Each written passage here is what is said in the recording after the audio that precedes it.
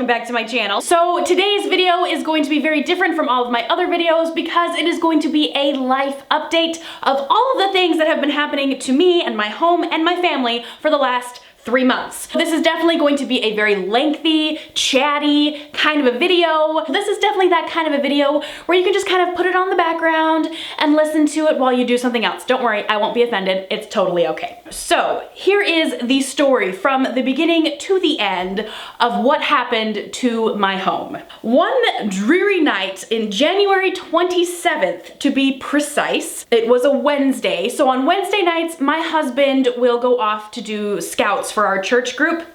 He's one of the scout leaders in our church, and so he goes off every Wednesday night to work with the boys and the Cub Scouts and to do their Boy Scout thing. So that leaves me and Milo home alone for nighttime routines and for going to bed. No big deal. We deal with this all the time. We are definitely like used to this kind of routine. So the main floor bathroom upstairs had a leak in the faucet.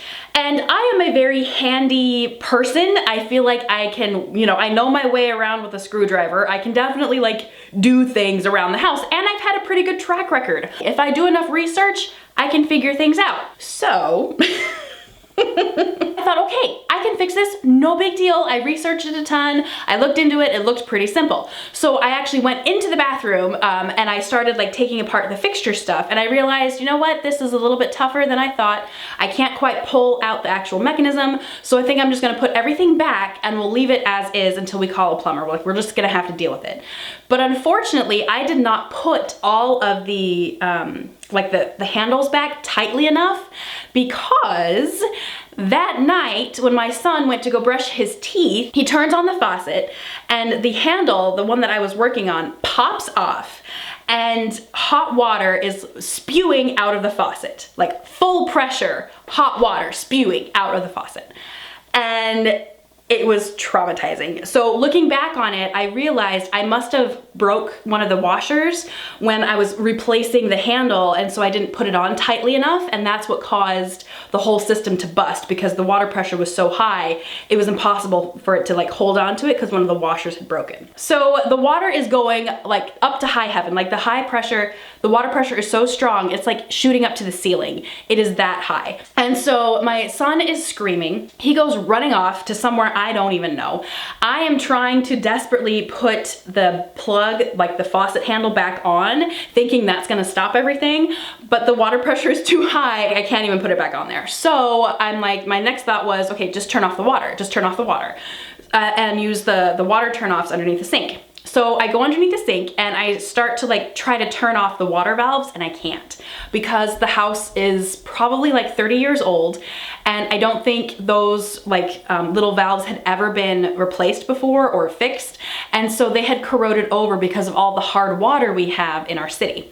So they're corroded over completely, and I cannot turn them off. And of course, by this time I'm starting to panic because I can't turn the water off, and my hands are getting like raw because they're wet, and I'm trying to like turn these like little valves off and I can't do it. So I start to panic. Meanwhile, the water has like gone everywhere. Like it's filled up the entire sink and it's just spraying everywhere. I'm completely drenched by this point. And I'd only been in the bathroom for maybe, like trying to deal with this part for maybe like 2 or 3 minutes. And so finally I'm like, okay, main water shut off, main water shut off. I know that's somewhere. So I go running downstairs and I can't find it. I have no clue where it is. I'm following like the pipelines for the water, trying to find the main water shut off. I can't find it anywhere.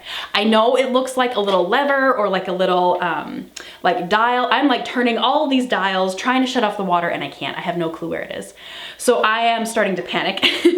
I'm starting to freak out, starting to hyperventilate. I run back upstairs and I try again to do the water shut off, the sink shut off, and I can't get it. I grab a screwdriver, I grab a monkey wrench, and I'm trying to like physically like do it, but I'm afraid I'm gonna break it and have more water come out of me. So I'm like, I can't fix this. I can't do this. What am I gonna do? Meanwhile, as I'm running up and down the stairs trying to like bounce back between trying to find the main water shut off and trying to like shut off the water from upstairs, I'm calling my husband frantically. screaming like a madwoman into the phone. He unfortunately did not pick up his phone. He was away from his phone, and so I was leaving like, I think I left like 4 or 5 different messages of hysterical screaming of like, the water is going off, I have no idea how to shut it off, please help me, please come home, I don't know what I'm doing. I go upstairs at one point, I'm trying, I'm like, I can't figure this out, I need help. So it's probably like 8:30 at night by this point. The water's probably been going for maybe 10 minutes. It feels like to me like it's been a half an hour at this point, but in actuality, probably like 10 minutes. So it's 8:30 at night, it's January, and it's probably like -10 outside. Because I live in Wisconsin and it gets pretty cold at night. And so it's definitely under 0. It's below 0 outside. I am drenched to the bone in water. I go running outside without shoes, without a coat, and I try to find my neighbors. I go to one neighbor's house and I'm banging on the door frantically. And like, of course, it's like a cul-de-sac and it's like after dark. So everybody's like put in for the night. There's like, doors are locked, lights are down, like nobody is like going out. So I'm knocking on my neighbor's door frantically, like pounding and pounding, like ringing the doorbell. She like barely opens up the door a little bit. She's like, what's going on? She's like, hello? And it's like me, but like we know each other, we're friendly with each other, but like I'm A, hysterical, B, drenched in water, and C, like I'm sure I look like I was dying. And so I tell her frantically, like, there's water going in my house, I can't shut it off, I need help.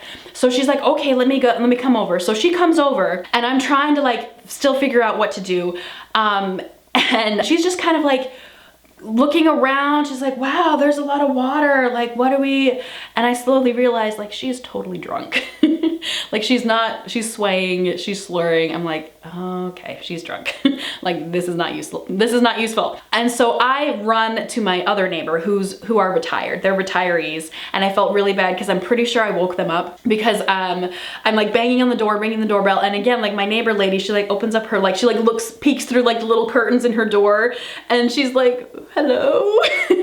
And I'm like, it's me. And again, I'm friendly with them, so they know me too. And I'm like, I really need help. There's water like there's water everywhere. I'm sure I'm not making sense at this point. I'm much more articulate now than I was then. But the takeaway from it was there's water, Chaz isn't home, I can't shut it off.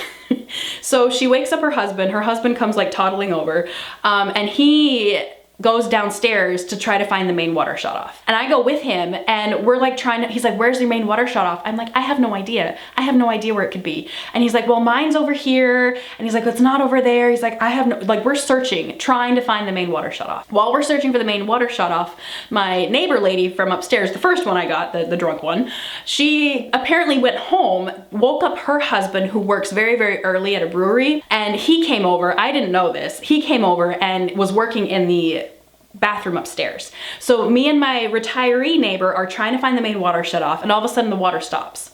And we're like, what happened? Like, what's going on? We both go running upstairs, and there's my neighbor, like he had turned off the water shutoffs underneath the sink. And so at this point I'm like, oh, it's done. The water is like, whew, the water is off. That sigh of relief though of the water being off, I then soon realized I am standing in an inch of water. And I look down and there is water everywhere. It's an inch in the bathroom, like standing water in the bathroom. It had gone into my son's playroom and his bedroom, like probably about halfway through the carpet. And the water had like gone pretty much all the way to like the kitchen area of our home and like through the front door. It was like all standing water. And I'm like, oh my gosh. Like this is awful. Like there's water everywhere. And then I start hearing running water still. And I'm like, why am I still hearing running water? Like, this is weird. Like the water is shut off. Where is this water coming from? And then my neighbor lady comes wandering from downstairs. She comes up the stairs and she's like, you might want to check your, like the craft sewing room area downstairs. There's a lot of water in there. And I'm like, no. So I run downstairs.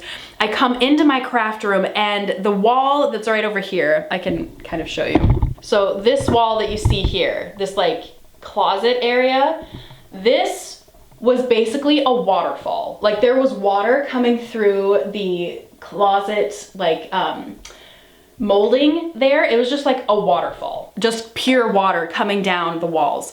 And I look around and I see all of my craft stuff, all of my sewing, all of my paper crafting in the closet. I see my camera stuff in the middle of the room. I have my camera set up, I have all of my lights set up, and I have other electronic devices like my iPod and things like that, like music that I listen to while I work. And I suddenly start panicking, like, oh no. The first thing I grabbed was my camera and my lighting equipment, because I'm like, that cannot, I just can't. I just grabbed my camera and I was like holding it. I'm like, oh no. Because it was just water going everywhere. Like everything was getting wet. Everything was just awful. So I didn't know what, at that point, I would probably gone into shock at that point, seeing all of the water on all of my things like completely destroyed. And so at this point I'm like, okay, well I grabbed the thing that's most important. Everything else, like it's already wet. Like there's nothing I can do. And so I'm like, okay, I'll clean that up later. I go upstairs and I talk to my neighbors and they're like, okay, well, start cleaning up immediately. Like start getting the water under control, call your insurance, because they're really, really sweet. Like they totally understand that Chaz and I are like first-time homeowners. So they help us with like all of these like housely type things around the home. So they're like, well, just call your insurance and like get a shop vac and start drying out your carpets and things, and you should be fine. Chaz finally came home around 9:15 or so. He's like, I'm so sorry. I got here as soon as I could. I didn't have my phone on me. How is everything doing? I'm like, well, let me just get Milo down for bed first and then we can start damage control. Now that he's in bed, like Chaz and I start drying out the house. So we grab towels, we get all of the standing water out of the bathroom, out of like the living room area. We go downstairs and start pulling all of my stuff out of this room. And then we borrowed a shop vac from a friend and started like drying out the carpets. We were up till probably around 2 or 3 in the morning drying things out or trying to like sop up standing water. Thursday morning, things are looking fine. Like everything looks okay. None of the bathroom looks damaged. Like there's no puckering happening in the woodwork. The molding looks fine. The drywall is not like peeling off or anything. It looks okay. I actually had a neighbor stop by, one of the neighbor who actually was successful in turning off the water valves underneath the sink. He came by, which was really sweet. He came by like around 3 o'clock in the afternoon the next day. He's like, I just want to see how things are going. And I show him and I'm like, everything looks okay. He like walks in and he's like, wow. He's like, you can't even tell. He's like, if I weren't here last night, he's like, I would have no clue like what had happened. Because like I said, the molding on the trim on the floor was fine. The floors were fine. The walls were totally fine. Like it wasn't peeling away or crumbling or mushy. Everything was fine. We're feeling quite pleased with ourselves that we were able to dry things out the best we could. But I then took to the internet and I'm like, okay, let me just see what other people have done in these situations. And pretty soon, like with most things, when you start researching on the internet, I realized this may be a bigger problem than I realized, because I'm reading all these blog posts of people going through like water damage and things like that and saying that like some of them were on the phone with their insurance while it was happening. Other people called their insurance immediately after it happened.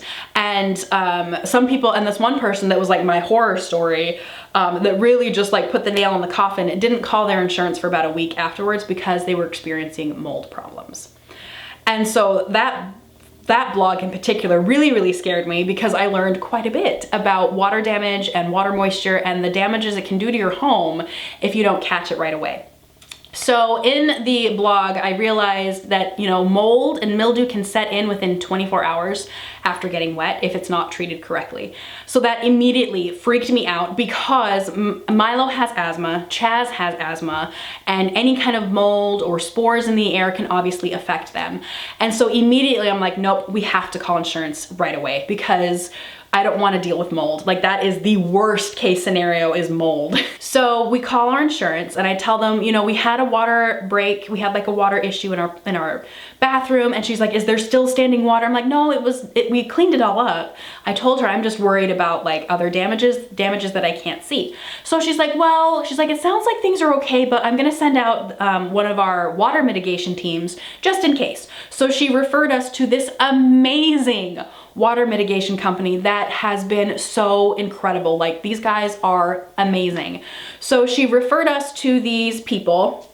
They came into our home Friday and they're looking around. They're like, you had water damage? And it's like, yeah, like the sink was like Old Faithful. It was crazy. And they're like, you can't even tell, like you can't even smell it. because this was like 2 days after. Like, you can't smell anything. Like, it doesn't smell mildewy, it doesn't smell moist or wet, like it doesn't smell damp or anything like that. Like, it was fine. And then they pulled out their water moisture reading device. It looks like a little like camera screen gun thing, and that's when things got scary. Because they pull out this device that kind of measures the water moisture levels in your walls and the floors everywhere. And it was still, like, everything was soaked. So you could see like this big area in the living room was like where the water was, where it came all the way to the kitchen. That area was completely soaked. The bathroom was soaked. They came downstairs and like looked in the ceiling of my craft room, filming room, and yeah, same thing. It was like half of the wall, half of the ceiling was like soaked, and the carpet was still like really, really wet. The carpets were the worst. And so they're like, no, we need to dry you guys out now. Like, we need to move because this water has been sitting there for 2 days now. We got to do it now. So they came back Saturday morning, very early Saturday morning, and they started tearing up our house. They pulled up half the carpet in Milo's playroom and in his toy room, ripped out the padding and threw it away. They tore up all of the flooring in the bathroom. Even like, so we had like laminate tiles, and then underneath that was like old school vinyl. So they tore up the tile and they tore up the vinyl too to completely expose the subfloor.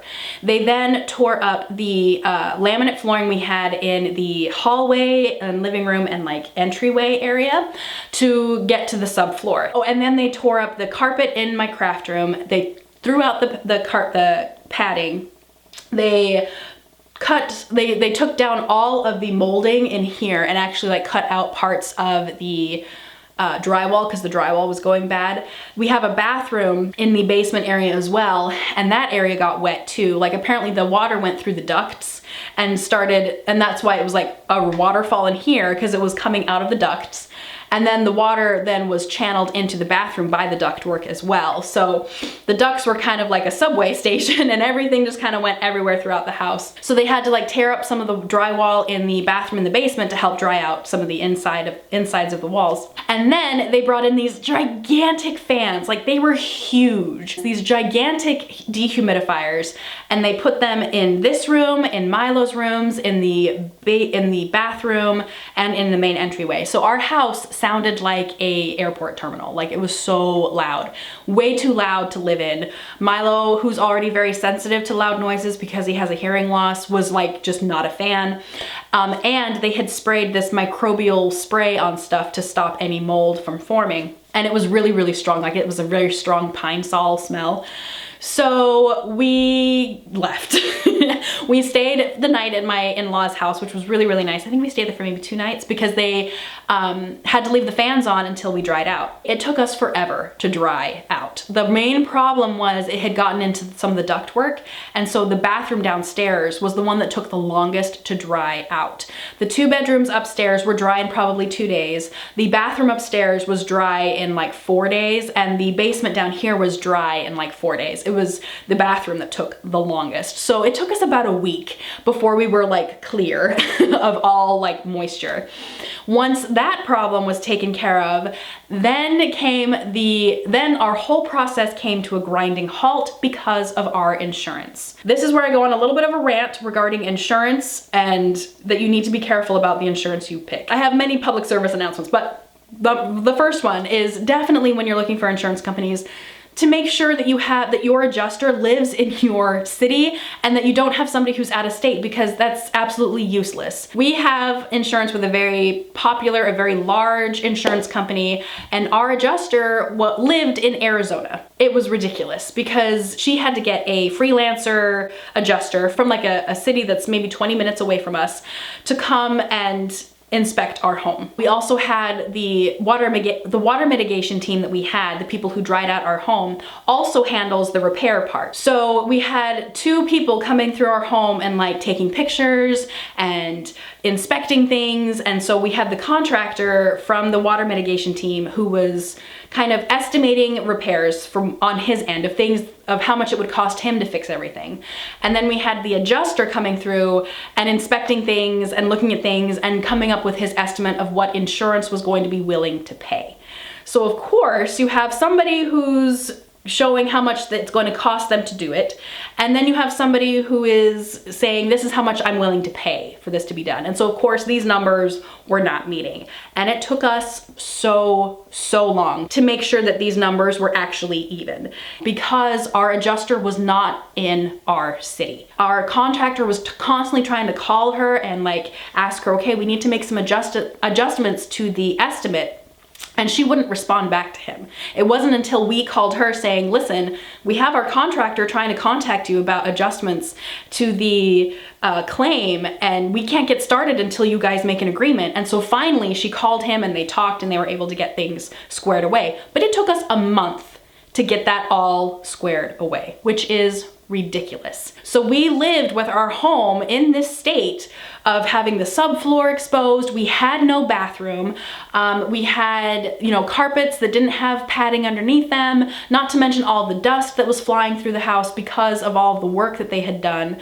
And it was just awful. It was absolutely awful living like this for a month. Finally, they got the claim all figured out. Everyone was happy with the numbers and we could start construction. The first thing we had to do was to repair all of the drywall. We repainted everything, and then the flooring had to go in. In our main living space upstairs, the kitchen and the living room is one big open area. And so they have the same flooring. It's the same color laminate all throughout. I think it took like 2 days for them to tear up the flooring in the living room and the flooring in the kitchen. The flooring in the kitchen took a little bit longer because there was vinyl, there was old school vinyl underneath it as well, so they had to tear up that as well. So they cleared out they tore up all of the pre-existing flooring to put in the new flooring. This was also kind of a problem because we had to clean up everything in the living room and shove it into our bedroom. So the couches, the bookcases, everything that was in our living room had to be boxed up and put somewhere else so that they could put in all of the flooring. So my husband and I thought, oh, we have a pretty big master bedroom, let's just put everything in there. And everything actually did fit. The only thing that didn't fit was one of the couches. So we had 2 of our couches in there. We had 4 bookcases. We had boxes full of the books that went on the bookcases and a couple of other like trinkets and things. So we had no area at all in our bedroom. Like we had to crawl over stuff in order to lay down and go to sleep at night. It was basically a cave because all of the boxes were in front of the windows. So there was no light in there and it smelled awful because there was just so much stuff in such a tiny little room. Like it made me so claustrophobic. I absolutely hated it. And we lived like that for like 3 or 4 weeks. It was awful. So the day the flooring is supposed to go in, I'm waiting and I'm waiting and I'm waiting, and these guys aren't coming. Like they have not shown up. And so I have a meeting I have to go to, so I just leave. And then my contractor calls me while I'm at my meeting and he's like, so are the flooring guys there? I'm like, I don't know. I'm like, I had to go. Like I waited as long as I could, and then I had to leave because I had this meeting to go to. And so he's like, okay, well, let me call and find out. So he calls the flooring guys, who are like a sub company from our contractors. And he's like, apparently they just let themselves into your home. And I'm like, oh, really? He's like, yeah. He's like, apparently they said that the front door was unlocked and so they just let themselves in. I'm like, oh, okay. Would have been nice to like at least have them call me first and be like, yo, we're coming to your home. We'll be there in like 10 minutes. And I could have told them, okay, I'm not gonna be home, but the front door's open. Like, it would have been a little bit nice. But regardless, no big deal. They got started and that's all that matters. They put in all of the flooring in our living room and into the kitchen area. It took them maybe about 2 days to do that. They put new flooring in my craft room, and then they replaced the padding in Milo's bedroom and playroom and some of the living room in the den area as well. So we got all the flooring done. The flooring took probably about a week to do as well. So after we got all the flooring in, it then came time to put on the molding in, which took kind of a long time. It took longer than I expected for them to have time to put in all of the molding and the trim on the floor. They had to replace some of our trim, which caused some, like they had to replace it, like get new stuff, which caused problems with our insurance because they needed more money to cover the trim. And so there were some issues there, but we got that remedied really, really quickly. They put in the trim and we got the carpets cleaned and we put everything back in its place, and so it's done. It took us like probably a month and a half, maybe 2 months worth of actual work. No, I wanna say like a month. Probably around a month of actual like work, but it was just constant, like new people here every day, like we're working on stuff, and then there'd be moments of like we're not doing anything, and then it would be finished. As of today, which is the 23rd of April, we are complete. Everything is done. There is nothing else that needs to be finished in our home. Everything is finished.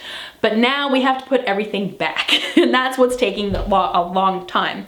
Because it's like you moved without even really moving. And so it's just putting everything back, but we are all done. I am back in my filming room. I have things starting to come back to normal in here. So that is absolutely lovely. And we're so excited that we're finally done with this period of our life. Now, here comes my public service announcement to all of this. Number one, know where your main water shutoff is and that you can actually shut them off. Like, our hard water is such a problem here in Wisconsin, and especially in our town, that like everything just corrodes over so incredibly fast. At least every 6 months, like make sure you can turn those on and off. Oh, scary stuff. Scary stuff if you can't do it. Like, it is so like, it's an awful feeling knowing that you can't do it. So I highly recommend practicing every now and then, making sure you can shut off your water and making sure you can turn it back on.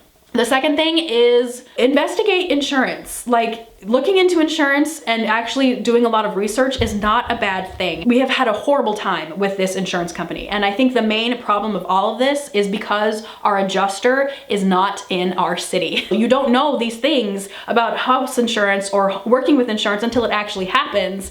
And when it actually happens, you want it fixed immediately. So this is my learn through my experiences that you definitely want to make sure your adjuster lives in your city and that they can communicate with all the people that you're working with faster, because that will make your experience and the repairs to your home go that much quicker. The second problem we had with this insurance company was their payment of giving us the money for these repairs. We had about $13,000 worth of repairs that needed to be done to our home. Our insurance company could only directly deposit half of that amount into our bank account, and then the other half they had to send to us through a check. And with our contractor, in our contract, we had agreed that about halfway through our project, we would pay him about $5,000. And then when everything was finished, we'd pay him the rest of the amount. So we definitely needed to have $5,000 before they finished putting in the flooring. So we're getting a little bit worried because they said they would only send half of our amount through direct deposit. That was gonna cover the $5,000. And they actually sent that out like immediately. Like, my husband was done talking on the phone with our adjuster, and within 24 hours, that money was sent to us, no problem.